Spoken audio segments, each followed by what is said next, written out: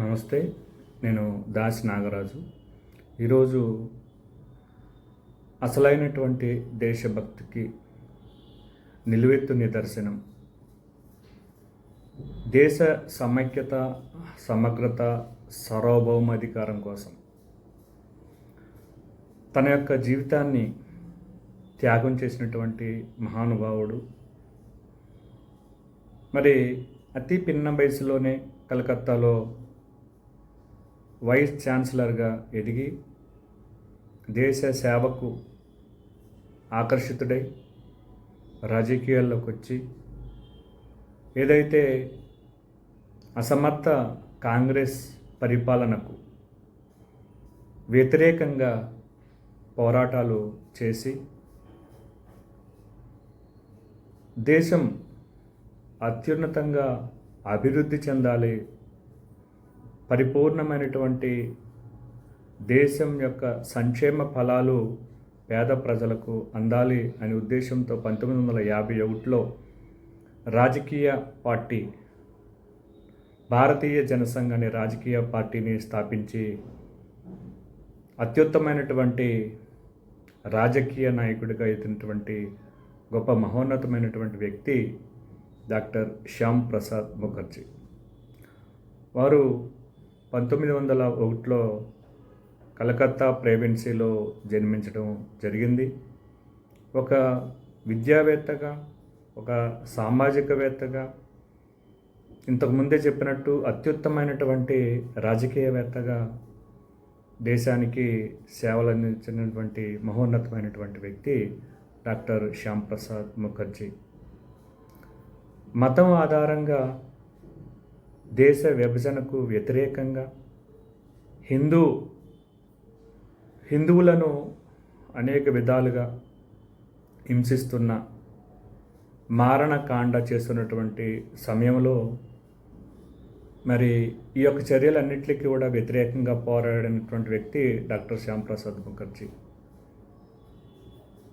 వారు హిందూ మహాసభకు మరి అధ్యక్షులుగా ఎన్నిక కాబడి అనేక విధములైనటువంటి సంస్కరణలు హిందూ సమాజానికి చేసినటువంటి సందర్భాన్ని మనం గుర్తు తెచ్చుకోవాలి.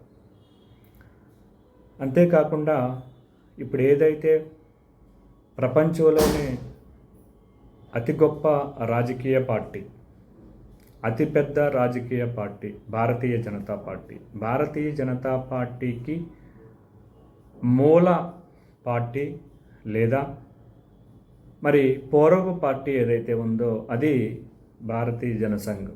భారతీయ జనసంఘ్ స్థాపించినటువంటి వ్యక్తి డాక్టర్ శ్యామ్ ప్రసాద్ ముఖర్జీ. అనేక విధాలుగా అది పరివర్తనం చెంది 1980లో మరి భారతీయ జనతా పార్టీగా ఆవిర్భవించింది.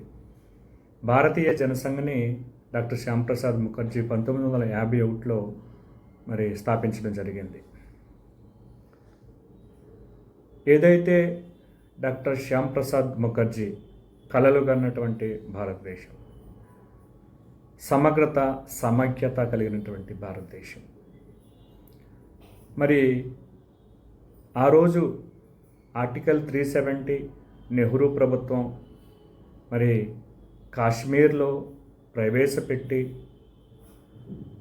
కాశ్మీర్కి స్వయం ప్రతిపత్తిని కలిగించి తద్వారా మిగిలినటువంటి రాష్ట్రాలకు కాశ్మీర్కి ఎంతో తేడా,